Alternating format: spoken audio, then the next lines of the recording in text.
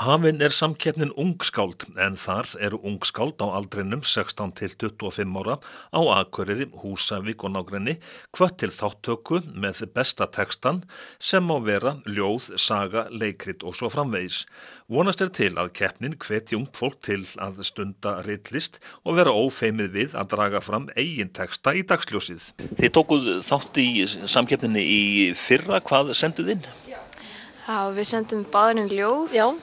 Ekki sama ljóði reyndar. Nei. Hvernig stóð á þið senduð inn ljóð? Vegna þess að við skrifum alveg mikið ljóð og gerðum það líka í fyrra. Já. Meira heldur en texta, sko. En voruð þið hvattar til þess að taka þátt í eða hvernig rákust þið á þessa samkeppni? Hún var bara auglýst hérna í skólanum.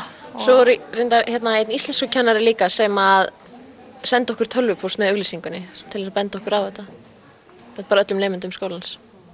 En hvað með árið í ár, ætlið að senda inn aftur einhvern texta? Já, ætlið maður að gera ekki það? Já, það er allavega planið ennþá. Það er hvað maður að senda inn bara einhvern tímann næstu viku, eða fyrir næstu viku einhvern tímann. Já. Haldið að það verði ljóð þá aftur? Ég ætlaði að senda inn texta, eða svona prósa texta einhvern veginn. Já, ég held að ég sendi inn ljóð. Ég er annars ekki búin að semja hann, sko. Þetta ég var bara að sjá svo auglýsingu í gær. En hérna í menntaskólum á Akureyri, er einhver áhugi fyrir ljóðum? Er ljóðafélag í skólanum? Já, við stofnuðum ljóðafélag. Við stofnuðum ljóðafélag hérna í fyrra og það er alveg einhver áhugi fyrir því allavega. Vel sótt. Já. Það koma 150 manns á ljóðakvöldin hjá okkur, sko. Jú, það er alltaf stappað út úr dyrum. Nei, það er ágætur áhugi, sko, og þann verðist allavega aukast alveg smá. Það er cool að skrifa ljóð nefnilega. En svona bara textagerð almennt, haldið að það sé eitthvað á uppleið? Já, þetta er allt saman á uppleið. Ég held að fólk sé bara svona aðeins feimið við þetta fyrst. Já, sérstaklega feimið við að sýna textana sína.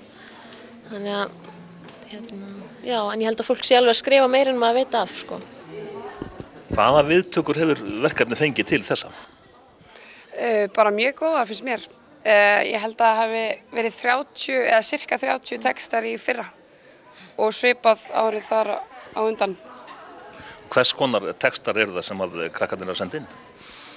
Það eru bara alls konar textar. Við vinnum ekki með henni en þemu en eitt svoleiðis, þannig að þeir með að skila inn ljóði eða leikriti eða sögu eða hvað svo sem þau vilja. Í rauninni er bara tilgangurinn þessi að í rauninni fá til að skrifa, hætta að skrifa fyrir skúffuna og stíga svolítið fram og við erum bara rosalega ánægð með þessar móttökur. Leynast víða ungskáld á þessum aldri, 16 til 25 ára? Já, virkilega. Ég byrjaði að kenna hérna í menntaskólanum í fyrra og ég var eiginlega bara, hvað ég segja, ég er undir svona áhrifum af þessu því að þetta er virkilega, þau eru bara mjög mörg virkilega færi pennar og já, þau geta miklu meira en ég hefði getað ímyndað mér. Hvað eru þau að skrifa og setja fram? Þau eru bara að skrifa alls konar, þau náttúrulega vinna alls konar verkefni í skólanum sem að ég sé þar sem ég kenni íslensku en þau eru mörg að skrifa ljóð, einhver er að skrifa rapptexta, einhver er leikrit, það eru leikritarskáld, smásögur, bara alls konar sniðuga hluti. En skólarnir, hvernig geta þeir ýtt undir að þau skrifa ekki bara fyrir skúfunnar? Bara með því að, ég veit það ekki, hvetja þau áfram og ég veit ekki hvað ég geti sagt, bara, já, ég náttúrulega hrósa þeim fyrir vel unnin verk sem að væntanlega fleiri kennarar að gera og svo eru náttúrulega ýmis skapandi verkefni í gangi í skólastofunni sem að hjálpa örugglega til. En hvaða form sýnist ykkur vera vinsælust eða er einhver form sem eru að njóta vaxandi vinsælda núna?